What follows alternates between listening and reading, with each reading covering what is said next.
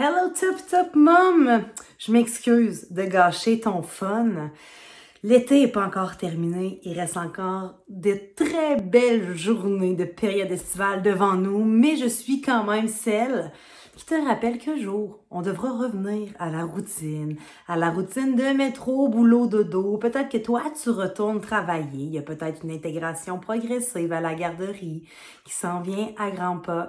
Bref, toujours mieux prévenir que guérir. Hein? Le docteur Georges Tarabulsi, docteur spécialiste dans le développement de l'enfant, dit que la meilleure intervention est toujours celle qui arrive avant l'arrivée du problème. Donc, c'est pour ça qu'aujourd'hui, je m'adresse doucement à toi dans le but qu'on prévoit ensemble le retour à la routine, à l'automne. Et oui, je le sais, là, janvier, février, mars, avril, mai, juin sont peut-être des mois interminables. Puis tout d'un coup, juillet et août se sont envolés en l'espace d'un clin d'œil. Mais ne t'inquiète pas, nous sommes toutes dans le même bateau.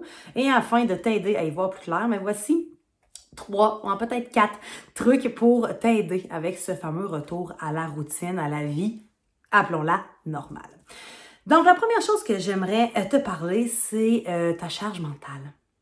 Idéalement, pour être plus zen, tu n'ajoutes pas nécessairement un cours de yoga ou un cours d'atelier de gestion de temps, mais bien plus d'enlever des activités dans le calendrier mondain de ta famille. Fait que des fois, on a comme habitude pour pouvoir apprendre à relaxer et à prendre du temps pour soi, à se rajouter des activités dans notre calendrier. Ben moi, je vais t'inviter à enlever des activités pour effectivement te concentrer sur les priorités, soit ta propre personne et ta famille.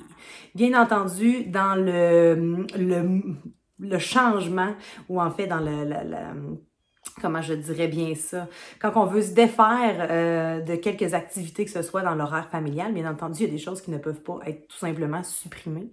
Donc, pour t'aider justement à te défaire du surplus de la charge mentale, je vais t'inviter aussi à peut-être demander de l'aide si tu en as besoin, à ta tribu bienveillante. Hein? Puis on va aussi s'enlever le lourd fardeau de dire, si je demande de l'aide, les gens vont me trouver incompétent. Hein? Faut voir ça vraiment de l'autre côté. Quand on demande de l'aide, c'est une preuve d'intelligence. C'est une preuve qu'on a, avant que le presto explose, demander de l'aide, déléguer à des personnes qui ont les compétences et qui ont le temps de le faire pour nous.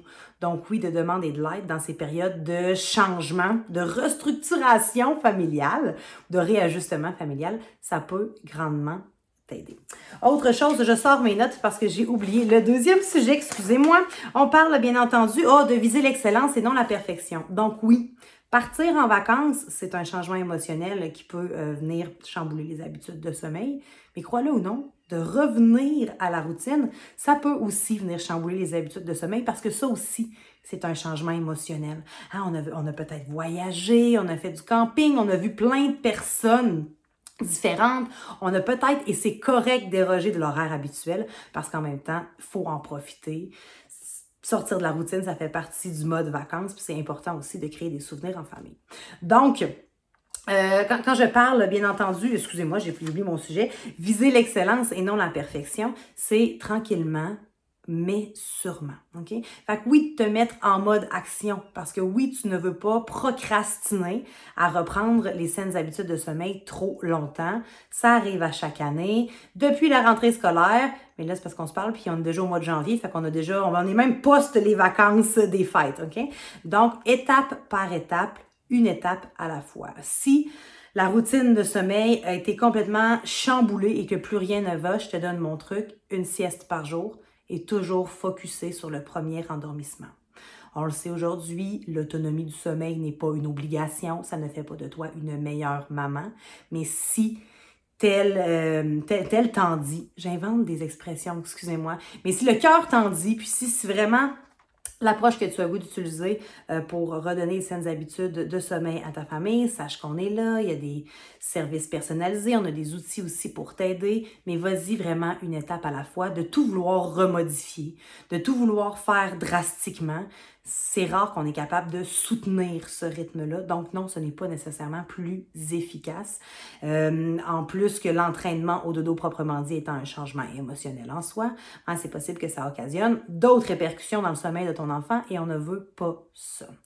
Dans le but aussi de t'outiller un peu à la philosophie bédène-urbaine, ça ne sert à rien de partir très drastiquement. L'idée d'avoir une évolution dans ton processus d'entraînement au dodo avec les fameux plans A, plan B. Et là, si tu dis « Oh là, j'ai aucune idée c'est quoi les plans A, plan B », je vais t'inviter à nous écrire soit sur nos réseaux sociaux, le compte Instagram ou encore la page Facebook ou encore par courriel à info@commercialbedenurbaine.com pour obtenir des informations sur les outils disponibles qui vont t'expliquer en fait la philosophie bédène-urbaine. Et le dernier truc, avant de parler bien entendu du sommeil, je vais en faire un court résumé, mais je vais y revenir de façon plus approfondie, c'est de prendre le temps. Hein? C'est important d'y aller une étape à la fois, mais surtout de prendre le temps de toi te positionner par rapport à tout ça.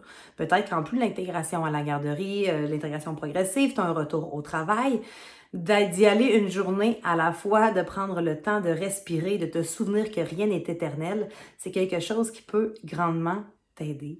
Je t'invite à... je ne veux pas me transformer en coach de vie non plus, mais tu sais, à vivre le moment présent, à te souvenir que oui, effectivement, ton bébé Homo sapiens a besoin d'accompagnement, que oui, la routine a été chamboulée et qu'il a besoin de temps, comme toi, pour retrouver tes repères dans ta nouvelle routine. La routine qui semble être la même d'année en année, mais qui évolue parce que ton enfant aussi évolue. Puis oui, ça amène des régressions dans le sommeil, ces changements-là, mais ton enfant aussi avance dans son cheminement. Donc, ça peut créer aussi des régressions dans le sommeil dues à son développement moteur, cognitif, etc.